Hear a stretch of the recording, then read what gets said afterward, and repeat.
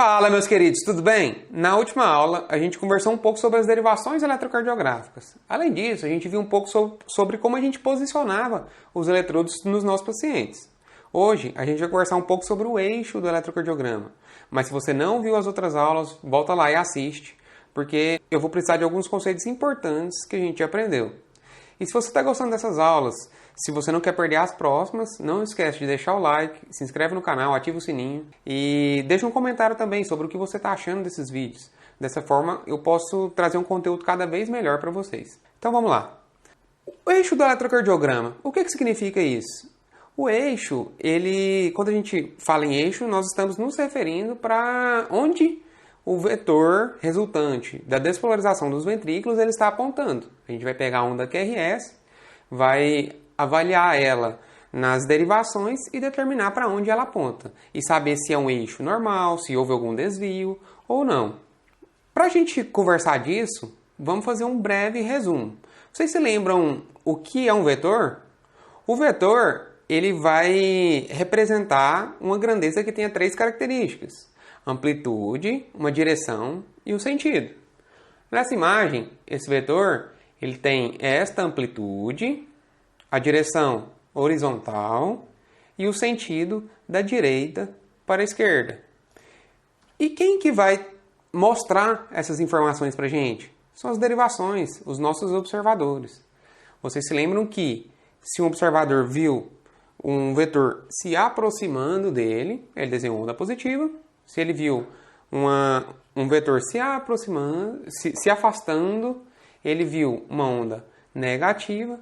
E se ele viu ele inicialmente aproximando e depois afastando, ele vai formar essa onda isodifásica. Aqui nós temos as derivações do plano frontal. Na última aula, no finalzinho, eu pedi para vocês guardarem de onde cada derivação vai enxergar. Olha, D1 ela vê de 0 graus, D2 de mais 60, AVF de mais 90, D3 de mais 120, AVR de menos 150, AVL de menos 30 graus. Lembrar de onde elas vão observar vai ser muito importante para a gente fazer esse cálculo do eixo do eletrocardiograma. Então guardem essa imagem que ela vai ser muito útil para a gente.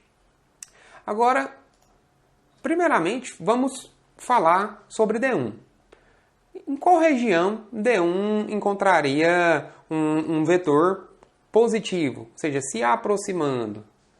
O vetor de maior amplitude possível, com onda positiva, seria exatamente aqui, no sentido de D1. Ele veria ele se aproximando totalmente dele. Quanto mais longe de D1, quanto mais afastado, menos amplitude positiva a gente vai ter nessa onda. Até chegar, por exemplo, imagine, em menos 90, um vetor passando perpendicular a D1, aqui a gente vai ter uma onda isodifásica. Vocês se lembram? Que ele viu ele passando a 90 graus, acabou que ele vai fazer aquele desenho de uma onda positiva com negativa, o componente de deflexão positiva igual o componente negativo. Aqui, a partir dessa região, a gente já vai ter o afastamento de D1. Logo, quando a gente tiver um vetor apontando para essas regiões, D1 vai enxergar ele negativo. E para cá, a partir daqui, positivo. Quanto mais próximo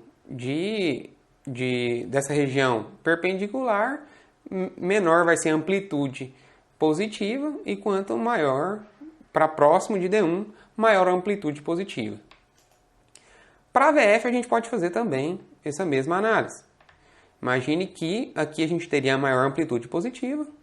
Aqui a gente já não tem tanta amplitude positiva. Aqui vai diminuindo cada vez mais, ficando menor a ondinha positiva. E aqui a gente já tem uma onda isodifásica. O componente positivo e negativo já é igual. A partir daqui, o componente negativo ele vai estar um pouco maior, vai aumentando, aumenta e atinge o seu máximo aqui. É o local em que ele está se afastando mais, né? Onde ele vê esse afastamento com maior intensidade. Vamos imaginar agora um vetor em 45 graus. Se a gente fizer a decomposição dos vetores, nós vemos que um vetor de 45 graus, ele tem tanto um componente para D1 como para VF. E esse componente é igual. A gente pegou e decompôs, ele se aproximou da mesma quantidade para a VF e para D1. Logo, o vetor resultante foi a 45 graus. Se a gente for ver como o eletrocardiograma vai enxergar esse vetor, nós vamos olhar lá, olhamos em D1. A gente vai ver uma onda positiva, vocês se lembram? Nessa região, ela é positiva. E a VF vai ver positivo também, porque nessa região, para a VF, é positivo. E qual vai ver mais positivo, alguma vai ver menos ou vai ver igual? Como é uma região de 45 graus, o vetor está apontando em 45 graus, e 45 graus é equidistante entre a VF e D1, porque de 0 a 45 tem 45 graus, e de mais 90 a mais 45 tem 45 graus. Se a gente for olhar, essa amplitude ela vai ser igual. A partir daí, a gente tem uma informação de que esse vetor está apontando para esse local.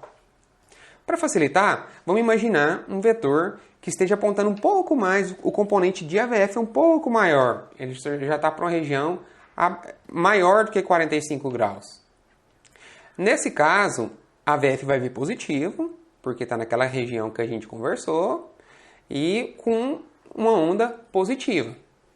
D1 também vai ver ela positiva, porque está nesta região. Só que vocês veem que ele agora não está se aproximando tanto de D1. Aqui a onda positiva vai ser bem menorzinha. Quando a gente comparar a informação dada por D1 e por AVF, a gente vai ver o AVF com a onda positiva maior, enquanto D1 vai ter uma onda positiva de menor amplitude. Logo, a gente sabe que esse vetor ele só pode estar de mais 45 até mais 90.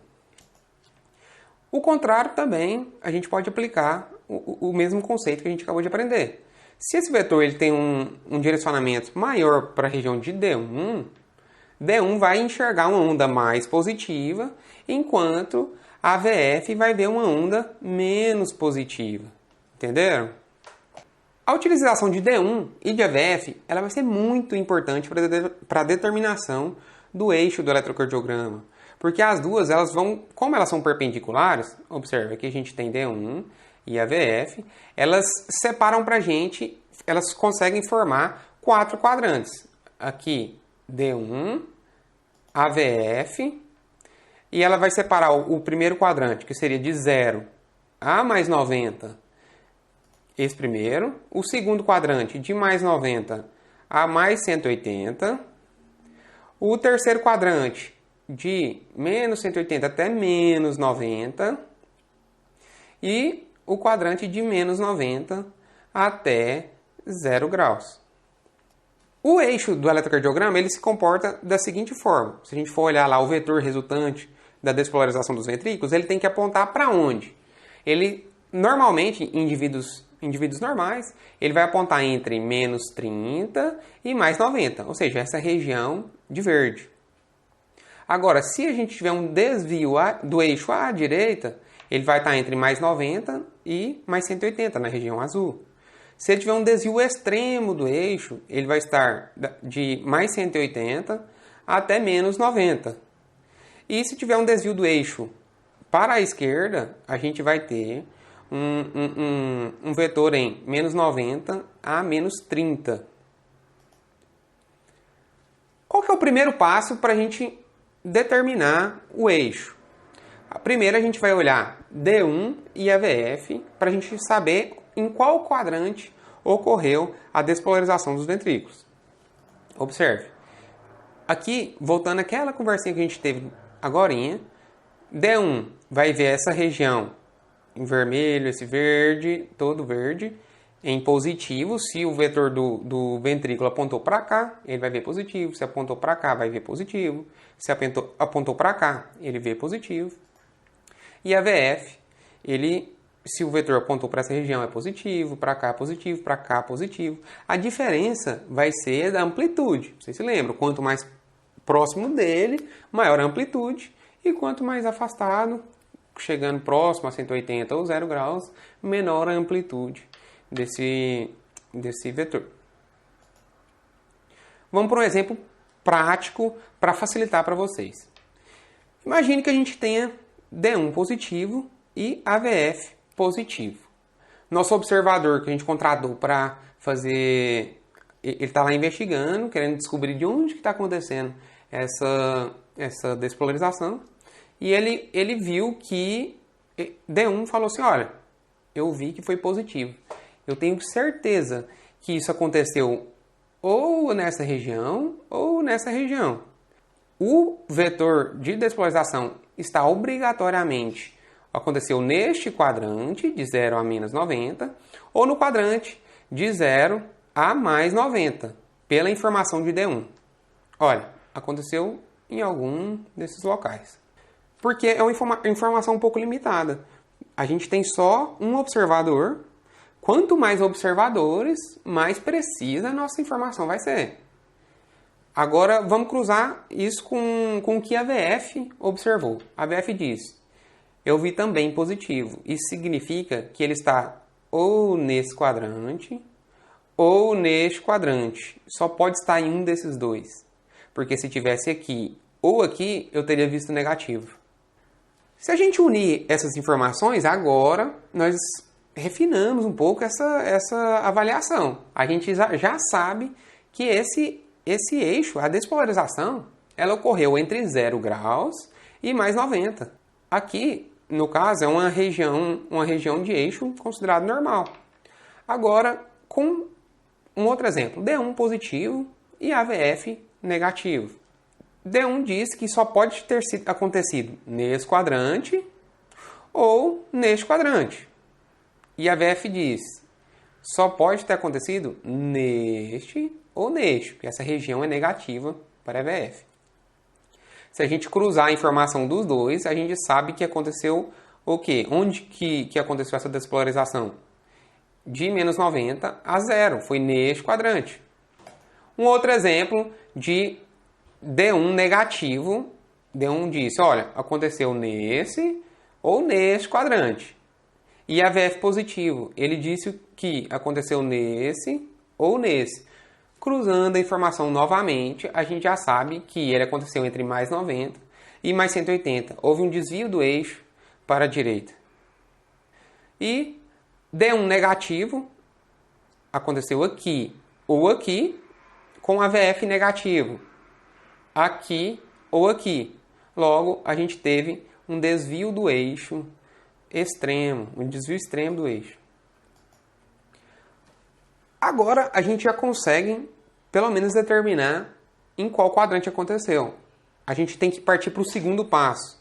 A gente vai buscar ondas isodifásicas. Vocês se lembram que, se ele viu um vetor passando perpendicular a ele, a gente vai enxergar uma onda isodifásica. Isso vai nos auxiliar muito, porque em uma região que a gente enxergar isodifásica, significa que isso aconteceu a 90 graus daquele observador. Vamos melhorar aqui e a gente vai ver na prática. Primeiramente, uma coisa muito importante vai ser a gente saber quem são as derivações que são perpendiculares. Por exemplo, a VF e D1 são perpendiculares. D1 aqui e a VF. Se D1 enxergou uma onda isodifásica, significa que a gente teve um vetor nessa região. AVL e D2 também são perpendiculares. No caso aqui, AVL com D2. E AVR e D3 também são perpendiculares. AVR e D3. Unindo aqui todas que a gente já viu, AVF com D1, AVL com D2 e AVR com D3. Guardem quem são essas derivações perpendiculares, porque vai ser muito útil quando a gente tiver com o elétron lá na mão, para a gente lembrar, essa aqui é perpendicular a essa. Então, você pega a informação de uma onda isodifásica, você já consegue, tem mais informações e tudo mais. Ou guarda a imagem, utiliza algum macete, F1, L2, R3, guarda isso que vai ser bastante útil. Vamos para um exemplo prático para vocês verem como a gente vai utilizar essa informação. D1 positivo D1 disse, ó, ou aconteceu aqui ou aqui. AVF negativo. Ou aconteceu aqui ou aconteceu aqui.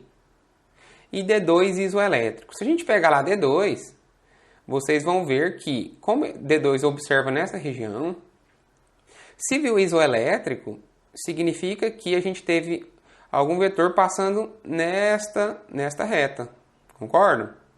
Logo, como a gente já sabe que aconteceu nesse quadrante e D2 viu uma onda isoelétrica, ele aconteceu aqui. Entenderam a utilidade de se utilizar de uma onda isoelétrica? Olha um outro exemplo que vai modificar essa nossa informação. Porque nesse caso aqui, com D2 isoelétrico, aqui a gente tem um paciente com o eixo está normal, ele está em menos 30. Agora imagine um D2 negativo. D1 diz que está positivo, ou está nesse quadrante, ou neste quadrante. Com AVF negativo, está nesse ou nesse. A gente tem, pelo cruzamento de informações, que aconteceu neste quadrante. Com D1 negativo, a gente vai utilizar daquele mesmo raciocínio que a gente fez para D1 e para AVF. Olha, dessa linha para frente, D1 enxerga qualquer vetor que acontecer aqui, ele vai enxergar positivo. Agora, um vetor que acontecer nessa região, D1, D2, vai enxergar ele negativo. Logo, se aconteceu nesse quadrante e D2 está vendo negativo, isso aconteceu nessa região em vermelho. Porque foi uma região que o vetor ele se afastou de D2. Aqui ele se afasta, aqui afasta, aqui afasta, aqui afasta. Logo, aconteceu entre menos 30 graus e menos 90. A gente teve um desvio do eixo à esquerda.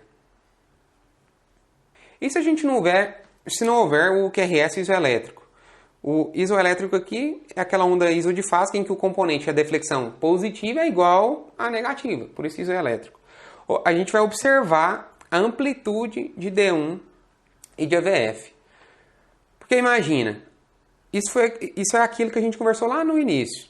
Se a gente tem um vetor apontando em 45 graus, a gente vai olhar para D1, a gente vai ver uma deflexão positiva. Em AVF, a gente vai ver uma deflexão positiva também. E se comparar a amplitude dos dois, as amplitudes serão iguais. Logo, a gente pode concluir que esse vetor ele está apontado ali aproximadamente para a região de 45 graus. Agora, se a gente tem um D1 maior do que o AVF, significa que ele já está mais próximo de D1. Ou seja, ele está entre mais 45 e 0 graus. E se D1 é menor do que AVF, significa que ele está entre mais 45 e 90. Porque ele se aproximou mais de AVF do que de D1. Nós temos também o eixo do plano horizontal. Aqui a gente vai utilizar V1. Se esse vetor ele apontou para frente, para a região anterior, nós teremos uma onda positiva em V1. Agora, se ele se afastou, foi para uma região posterior, a gente vai ter uma onda negativa. E o eixo da onda P? No ritmo sinusal, o eixo ele vai variar entre 0 graus e mais 90. No caso, ele vai ser positivo aonde? Em D1 e AVF. Ele vai estar naquele quadrante verde no primeiro, de mais 0 a mais 90. Mas e se não tiver? E se tiver algum desvio? Se ele desviou para a direita, desviou à esquerda, isso vai significar um ritmo atrial ectópico. O eixo do complexo QRS, a gente já conversou que o normal é de menos 30 até mais 90. Indivíduos brevilíneos, que é mais baixinho, o coração dele vai estar um pouco mais horizontalizado, ele vai ter o eixo mais próximo de 0. E indivíduos longilíneos, altão, o coração vai estar mais verticalizado, e ele vai apontar mais próximo de AVF. Vamos para um exemplo prático aqui agora, para a gente aplicar tudo que a gente já aprendeu. Vocês se lembram qual que era o primeiro passo?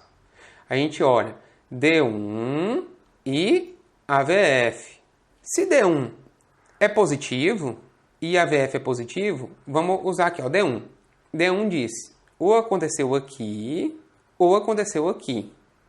A AVF disse, ou aconteceu aqui, ou aqui. Juntando a informação dos dois, a gente sabe que aconteceu entre 0 e mais 90.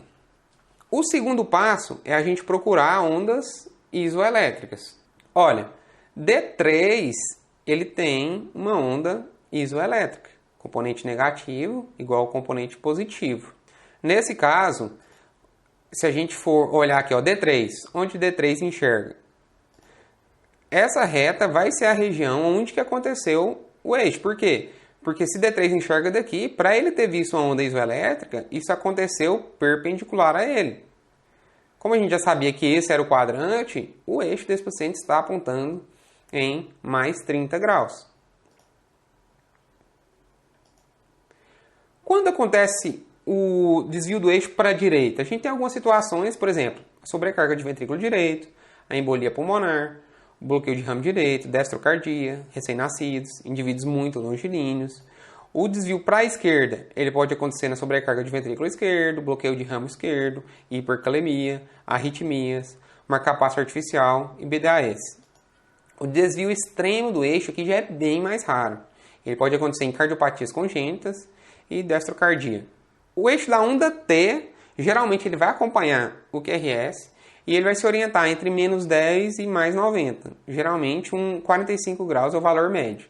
Para ter 45 graus, vocês se lembram? A gente vai olhar lá ter a amplitude dela em D1 e a VF ela vai estar igual. Isso significa que ela apontou para mais 45 graus. Agora, esse é um exemplo para vocês brincarem. Vocês vão pausar o vídeo e daqui a pouco a gente continua para a gente fazer isso juntos. 2000 anos depois.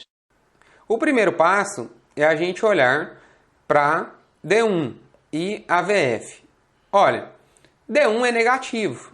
A gente olhou o QRS negativo e o AVF positivo.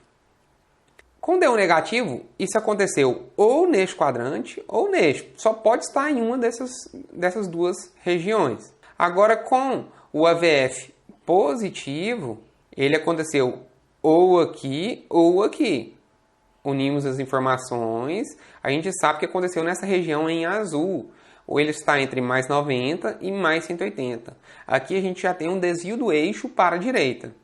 Mas tem como a gente refinar um pouco mais essa nossa informação? Sim, vamos olhar outras derivações. A gente pode olhar, por exemplo, para D2.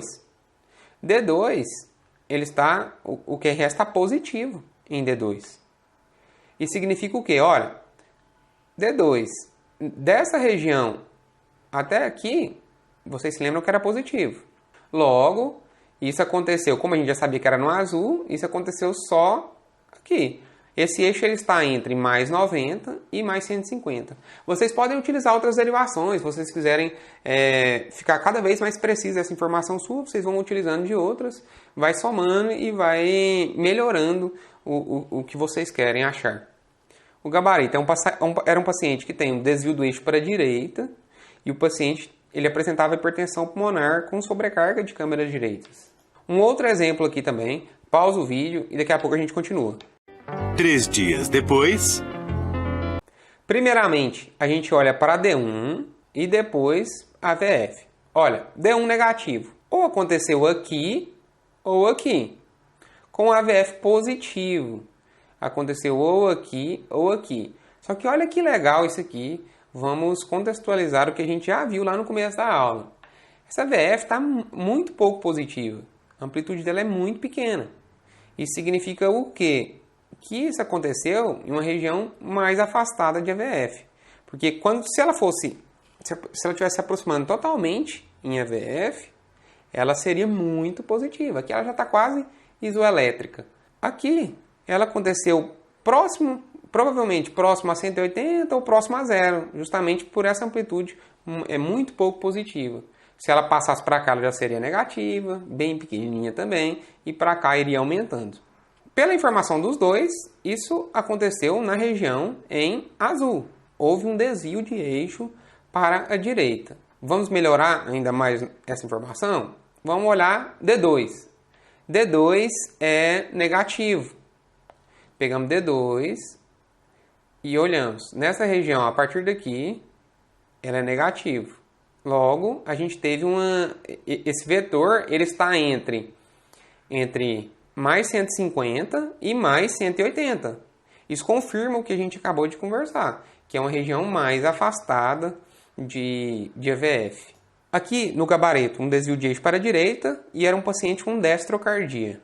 Outro exemplo, pausa e já a gente continua. 6h30 depois. D1 está positivo e AVF negativo. D1 positivo ou aconteceu aqui ou aqui. E AVF negativo ou aqui ou aqui. Vamos olhar D2. D2 ele está negativo. A gente pegou D2, dessa região para trás é tudo negativo. Unindo as informações, esse eixo aconteceu entre menos 30 e menos 90. A gente teve um desvio do eixo para a esquerda. Olha, desvio do eixo para a esquerda e era um paciente com bloqueio divisional anterosuperior do ramo esquerdo, um BDAS, que é a principal causa de desvio do eixo à esquerda. Um outro exemplo, pausa e a gente continua. Segundo dia. D1 está positivo, ou aconteceu aqui ou aqui, e a VF está negativo, ou aconteceu aqui ou aqui. Por que a VF é negativa? Às vezes alguém pode ter alguma dúvida. Você vê aqui uma onda R, a onda S. Vamos olhar os componentes. O componente positivo, a amplitude dele é bem menor que o componente negativo. Por isso que ele está se afastando. Vamos aqui. A VF negativa aconteceu aqui ou aqui, unindo as informações entre 0 e menos 90. Vamos continuar. D2. D2, ele está negativo. Por quê? Se você pegar o componente positivo, você vê que ele é menor do que o componente negativo. Às vezes alguém pode pensar também aqui que ele está isodifásico. Só que ele está um pouco mais negativo do que positivo. Nesse caso, vamos supor, se ele fosse isodifásico, ele estaria aqui em menos 30 graus. Só que ele tem um pouco mais de componente negativo. Ele entrou para a região vermelha aqui. A gente teve um desvio de eixo para a esquerda. O desvio de eixo para a esquerda é um paciente com miocardiopatia hipertrófica. Você pode ver até a amplitude, todo o traçado com amplitude muito aumentada nesse paciente. Para finalizar, vamos falar algumas dicas. Como a gente pega óleo eletro, rapidamente sabe se esse eixo está normal ou se ele tem algum desvio. Observa D1, AVF e D2. Se ele tiver D1 e D2 positivos, o paciente está normal, tem um eixo normal. Porque, olha, D1 positivo ou aqui, e D2 positivo ou aqui. Cruzando a informação, a gente sabe o que aconteceu na região em verde, que é de menos 30 a mais 90, que é normal. E se D1 e AVF forem positivos, também é normal. Por quê? D1 positivo, aqui ou aqui, AVF positivo aqui ou aqui, a gente sabe o que aconteceu neste quadrante, que é normal. Nas referências eu utilizei o manual de eletrocardiografia da Cardiopapers, todas as imagens foram tiradas daqui e na próxima aula a gente vai conversar um pouco sobre os dois primeiros passos para a gente interpretar um eletrocardiograma. Se você gostou, não esquece, deixa o like, se inscreve e manda uma mensagem aqui para eu saber o que você está achando. Tá certo, galera? Muito obrigado e até a próxima. Ou aconteceu neste quadrante ou nesse.